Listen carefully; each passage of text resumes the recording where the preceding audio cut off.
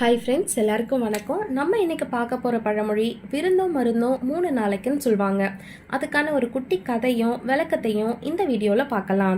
ராமன் ஒருத்தவங்க அவங்களோட அம்மா கிட்ட போயிட்டு, அம்மா என்னை என் மாமியார் வீட்டில் விருந்துக்கு கூப்பிட்டுருக்காங்க, போயிட்டு வரட்டுமான்னு கேட்குறாரு.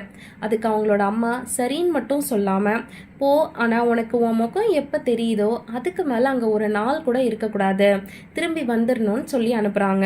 ராமுக்கு ஒன்றுமே புரியலைங்க. ஆனால் விருந்துக்கும் போயிடுறாரு. அங்கே தடபுடலாக விருந்து நடைபெறுது. இலையில வைக்கிறதுக்கு இடமே கிடையாதுங்க. அத்தனை வகைகள் இருக்கு. கோழி, முட்டை, மட்டன், மீன் எல்லாமே இருக்கு. அவனுக்கும் ரொம்ப சந்தோஷமா எல்லாத்தையும் அனுபவிக்கிறாங்க. 2வது நாளும் இலையில எல்லாமே இருந்ததுங்க, மட்டனை தவிர. 3வது நாள் மீன் கிடையாது. 4வது நாள் கோழி இல்லை. 5வது நாள் முட்டை இல்லை. 6வது நாள் சைவ உணவே கிடையாதுங்க, வெறும் சாம்பார் சாதம் மட்டும்தான். 7வது நாள் இலையே இல்லை. தட்டில் பழைய சோறும் தொட்டுக்கிறதுக்கு ஊறுகாயும் வச்சிருக்காங்க. பசி தாங்க முடியாம அதையும் சாப்பிடலான்னு ராம் கீழே குனியும் பொழுது அந்த கஞ்சி தண்ணியில ராமோட முகம் தெரியுது.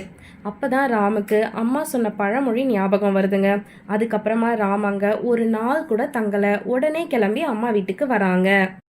இதை தாங்க பழமொழியில் எவ்வளோ நெருங்கிய சொந்தமாக இருந்தாலும் 3 நாளைக்கு மேலே ஒருத்தவங்க வீட்டில் விருந்தாளியா, அதுவும் சும்மா உட்காந்துட்டு இருக்கக்கூடாதுங்க.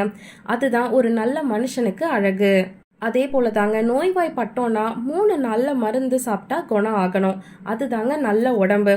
இதை வச்சு தான் விருந்தும் மருந்தும் 3 நாளைக்குன்னு சொல்லியிருக்காங்க. இந்த சேனல் உங்களுக்கு பிடிச்சிச்சுன்னா சப்ஸ்கிரைப் பண்ணுங்கள், ஷேர் பண்ணுங்கள். நன்றி, வணக்கம்.